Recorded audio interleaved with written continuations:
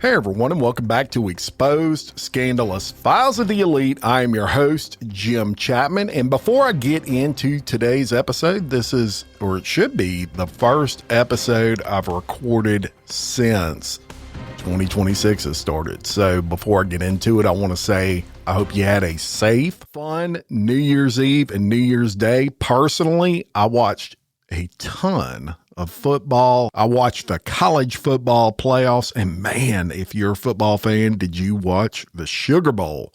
Unbelievable game. Congratulations to Ole Miss, who is going to advance in that. But I had a great time, safe time, no major incidents to report, thank God. And I really appreciate all of your support, listeners and celebrity members on Patreon, for supporting me in what I do with Exposed Scandalous Files of the Elite. And I'm going to bring you a bunch more, so get ready.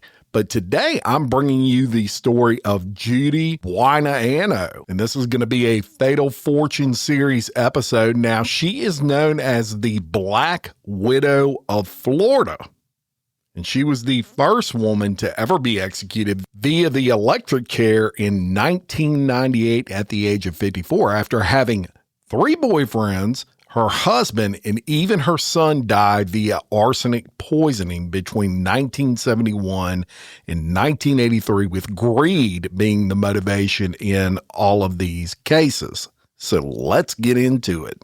Now, Judy was born Judias.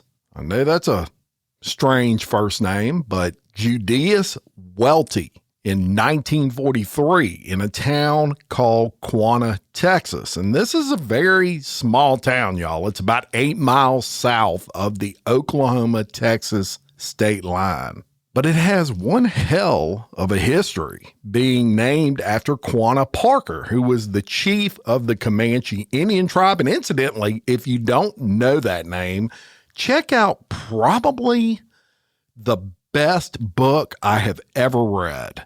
It's called Empire of the Summer Moon. A guy by the name of S.C. Gwynn wrote that book, and it is about Quanah Parker and his dominance as the chief of the Comanche Indian tribe. I'm telling you, it's unbelievable. But that's a whole nother podcast. So back to Judy. She was the third of 4 children, and as you may already expect, she had a very troubling upbringing. Her mother died of tuberculosis when she was just 2 years old, and her brother were sent to live with her grandparents for a stint. Her dad had to go find work out of town. And now her father eventually got remarried, and when he remarried, she and her brother moved to reunite with him. And you'll never guess where this guy lived. Roswell, New Mexico. The same Roswell, New Mexico, during the time frame when people were claiming UFOs were landing every day in New Mexico. Just kind of a bizarre place to live during that time, but that's where they lived. Now, this unfortunately was not what you would term a happy, loving family environment. Judy would actually endure severe physical abuse from both her father and her stepmother. Now, this abuse would include beatings, starvation, cigarette burns, and even being forced to work around the house all day and all night long, basically being a slave to these parents. Now, at the age of 14, she would have enough. Judy was done getting the shit beat out of her, being treated like a slave and all this other stuff. And she would attack her entire family, including her stepbrothers, by throwing a full pot of hot grease at them and then attacking them all with a broom handle. And this would obviously lead to her arrest at 14 years old and eventually a 60-day jail stint. Now, she gets released after those 60 days, and she attends what's known as Foothills High School. And that was a reform school in those days for bad kids. She does graduate with a high school diploma, and she did that at 16 years old in 1959. So she wasn't stupid by any means. Now, after graduating, she starts working as a nursing assistant And at the age of 18, the young age of 18, she gives birth to a son. Now, remember the time frame here. This is 1961. And in those days, it was not common for women to have babies out of wedlock. As a matter of fact, you were looked down upon big time if you got pregnant, had a baby, and you weren't married. And she would get ridiculed by those who worked with her, those who knew her, that were friends and acquaintances of her, etc.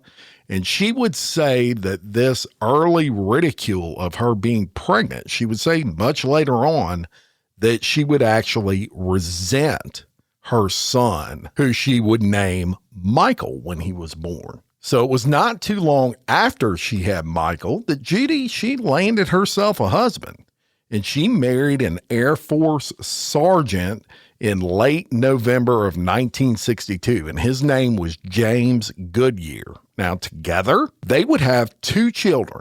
When in 1966, she gave birth to a son named James Jr., and then the very next year in 1967, she would give birth to a daughter she would name Kimberly. So at this point in Judy's life, everything, at least on the exterior, appeared stable. They had children together. They had moved at this point to Orlando, Florida.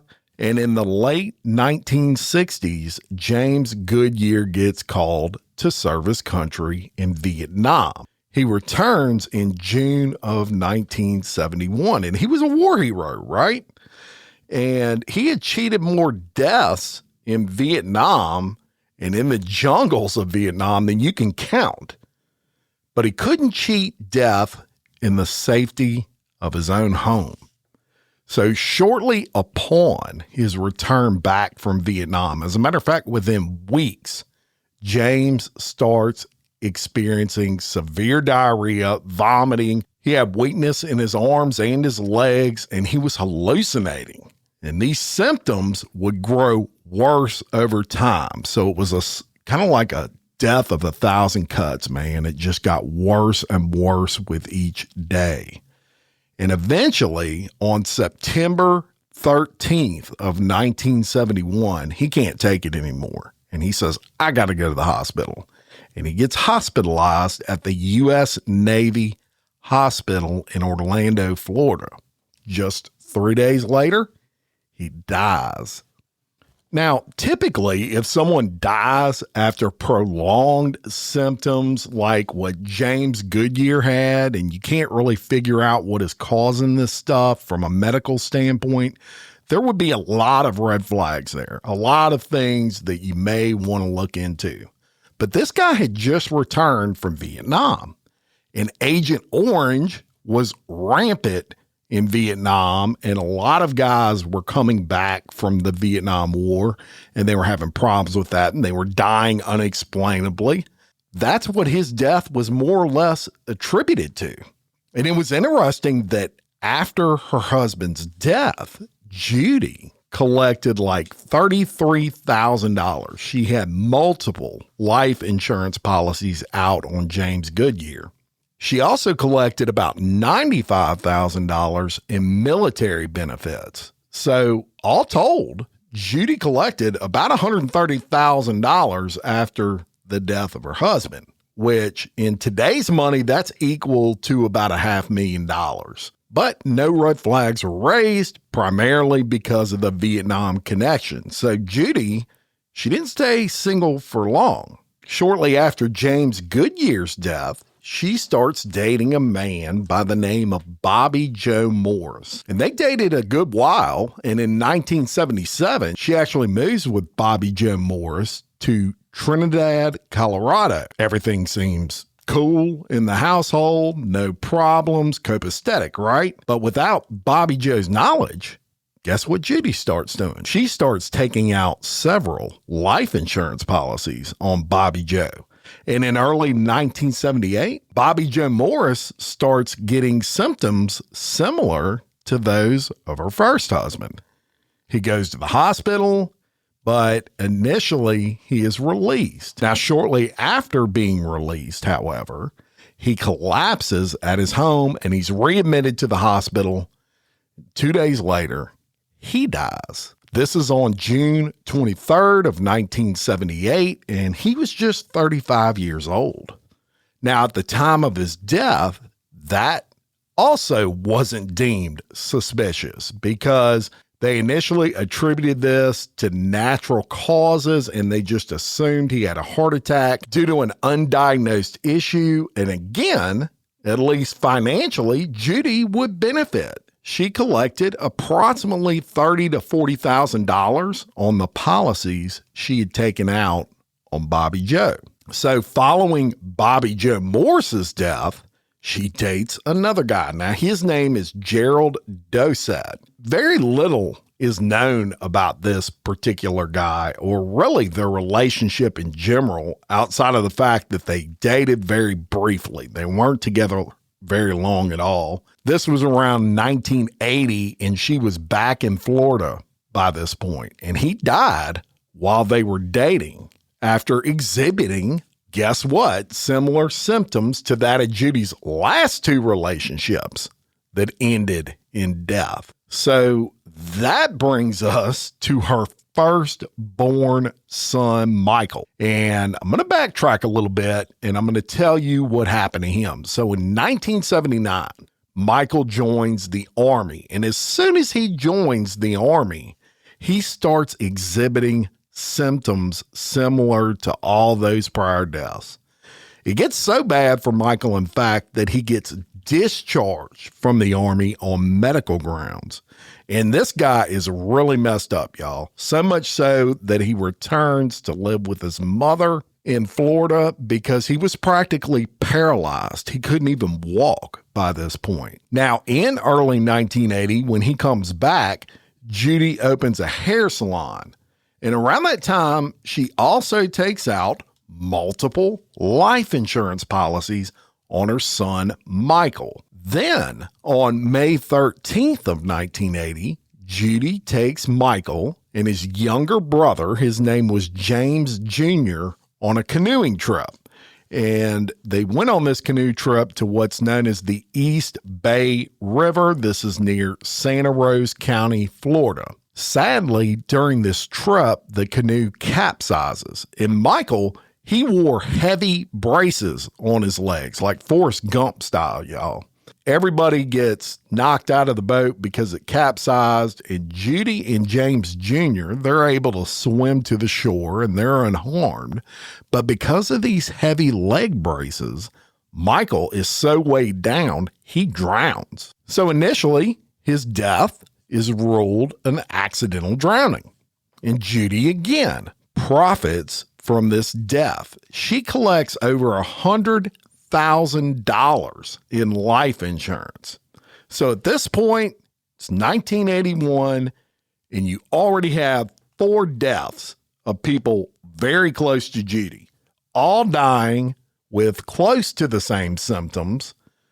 So let's recap that for a minute. Now, in 1971, her first husband, James Goodyear, he dies. In 1978, boyfriend Bobby Joe Morse dies. In 1980, Michael Buenoano, he dies.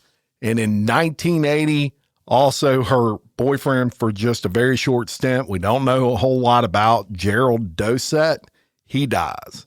And in 3 of those 4 cases, insurance policies were collected by Judy and also taken out by Judy. So that brings me to 1981. And Judy meets a man by the name of John Gentry. Now, Gentry, he was described as a kind man, a trusting man. He was a businessman in the Pensacola area. And by August of 1981, Judy, James Jr., and Kimberly, they move in with Gentry in Pensacola, Florida. And Gentry, he was super supportive by all accounts of Judy.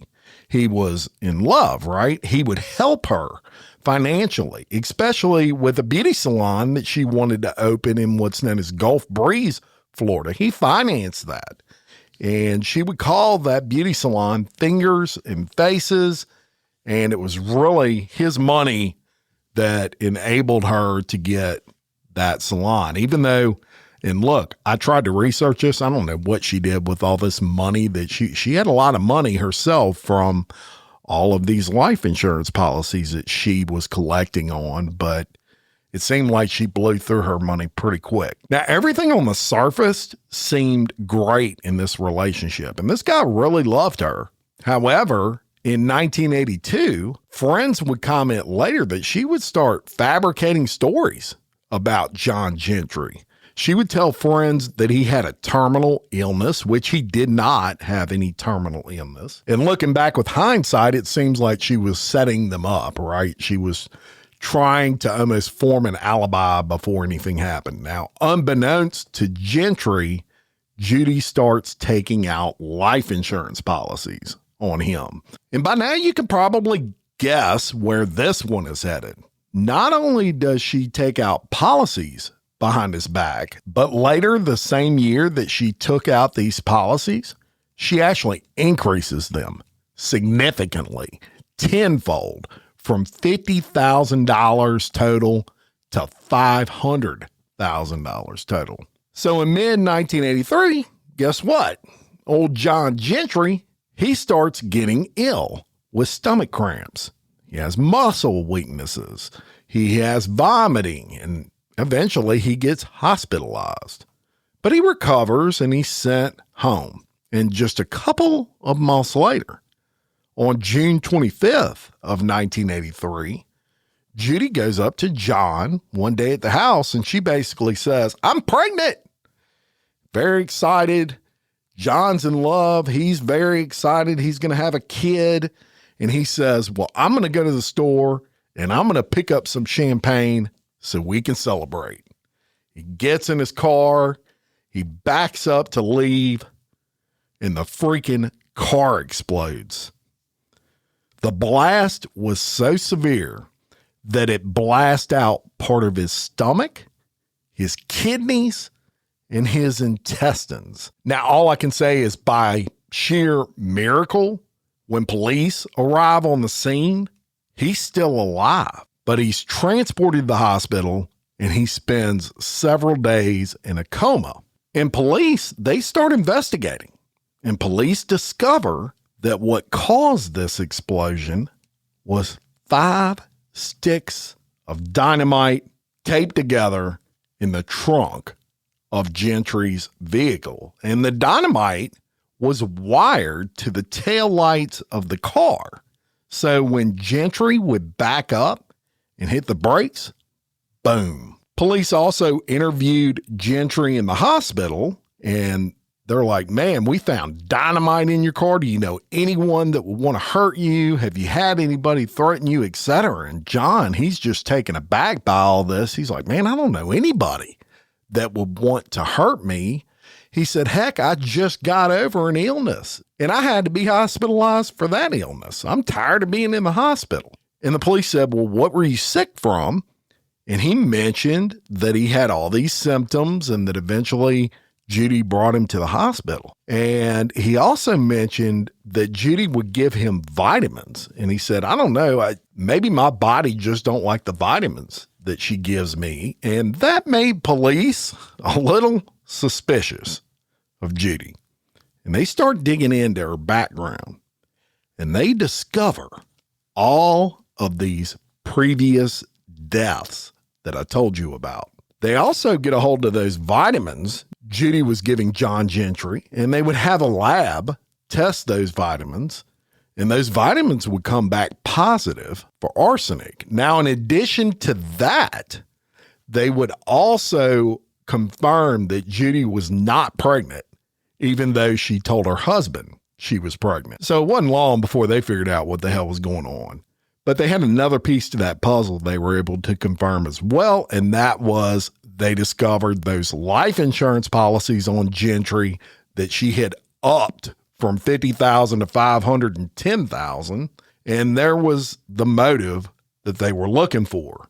And on July 27th of 1983, Judy gets arrested for the attempted murder of John Gentry. So as I told you, police discovered all of these past deaths: a boyfriend's husband, Judy's son, and while she is awaiting trial on Gentry's attempted murder case, they also arrest her son, James Jr., who was 18 at the time, for conspiracy of attempted murder in the John Gentry incident.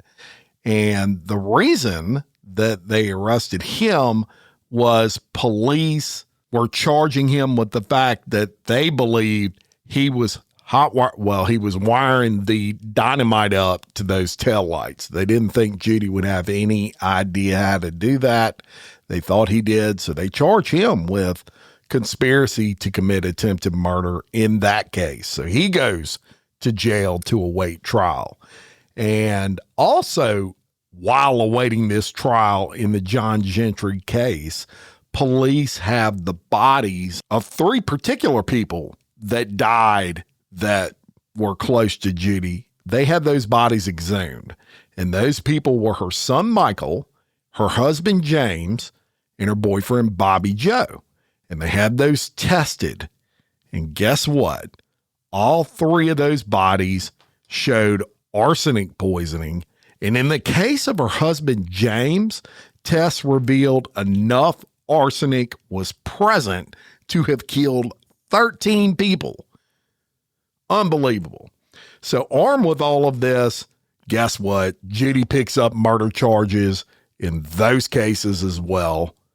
And she's in a bind. So at this point, she's got the attempted murder trial in John Gentry's case, and then she's got a trial coming for her son, Michael, her husband, James, and her boyfriend, Bobby Joe. Well, the murder trial for Michael starts first, and that occurs on March 22nd of 1984. And it was a lengthy trial. I mean, it was a 9-day trial, but at the end of it, Judy gets found guilty, and she is sentenced to life without parole in the death of her own son.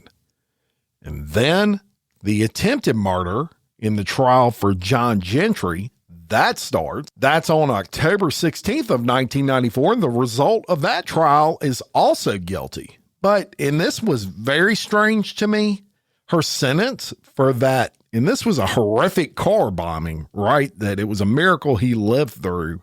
She only gets 12 years in prison for that. Don't know why, but it is what it is. Nowadays, you get convicted of attempted murder, you could spend life in prison. Now, her son, James Jr., as I told you, he was tried separately, and prosecutors contended that he helped wire the dynamite in the trunk of Gentry's car. So he was tried as an accomplice. However, he was acquitted on all charges in that case. They just didn't believe the prosecutor's case, I guess, and thought that he had nothing to do with wiring that car. Now, the next trial for Judy, that occurred on October 22nd of 1985, and that was for the poisoning of her husband, James. And in November of 1985, she gets found guilty. And in that case, she is sentenced to death. So that was it for the trials for Judy. Now, all told, she received 12 years plus life in prison plus the death penalty. And she was never charged in the deaths of Gerald Doucette. That was due primarily to a lack of evidence. And in the Bobby Joe Morris case, she was charged, as I told you, but it never went to trial, and I suspect that's because she already had a death penalty she was facing, and I guess they figured we'll save the money. Nonetheless, with that death sentence that she already had in the death of James, her first husband, she is remanded to the Broward Correctional Institute. This is in Pembroke Pines, Florida. Of course, she had appeals, and all those appeals get exhausted, and they are all rejected. And on March 30th, 1998, at Florida State Prison, she becomes the first female in the United States to be executed via the electric chair. And you may be curious what her last meal was. Well, it was broccoli, asparagus, strawberries, tomatoes, and hot tea. I mean, really? Asparagus for a last meal? That blew my mind. Broccoli for a last meal. I like broccoli, but I don't know if I'm having it for a last meal, y'all. Her last words were no, sir. And I think the reason those were her last words was because they said, do you have any last words? And she said, no, sir. And she requested her body be cremated, which it was. And I want to tell you a little bit about what she was like in prison that I was able to dig up. Now, she was in Florida's Broward Correctional Institute for 13 years on death row. And during her incarceration, she maintained her innocence throughout. She would describe herself as a good mother, and she would express a strong religious faith, including a belief that she would go to heaven upon death. Now, as a devout Roman Catholic, she taught Bible study classes to fellow inmates and referred to her small group of death row companions, which were two other women that she would exercise with, as the three friends. She also engaged in creative activities like crocheting and knitting blankets. She would knit baby clothes and other items, and her daughter would sell those outside of prison. She also wrote a lot of letters during her time in prison, and she largely avoided media attention. She didn't grant any notable interviews from death row, and I searched everywhere. There are none that exist that I am aware of. I was really hoping to find one that I could add some clips to this podcast, but just couldn't find it. Outside of court proceedings, it was like virtual silence with her. Now, in the hearings, she would share those details I told you about regarding her difficult childhood, losing her mother so young, the physical abuse that she went through. And she would describe the prison environment that she lived in as drab with gray walls. And she once expressed a preference for death over spending the rest of her life confined. There were no major disciplinary incidents or behavior issues that were publicly reported during her imprisonment. And in her final days, before she was executed after being transferred to Florida State Prison, where the death chamber is, she appeared upbeat, talkative at times. She would meet with her children, relatives, legal advisors, spiritual counselors, a lot of those. She would even receive communion, watch television, and she would even eat chocolates. And as I told you, March 30th of 1998, she would be executed. Now, throughout her stint in prison and even up to her execution, she was known as the Black Widow of Florida. And that wraps up another edition of Fatal Fortune. I want to thank again all of you for listening, supporting the podcast. Look, check out the Patreon. Active City over there on the Patreon page.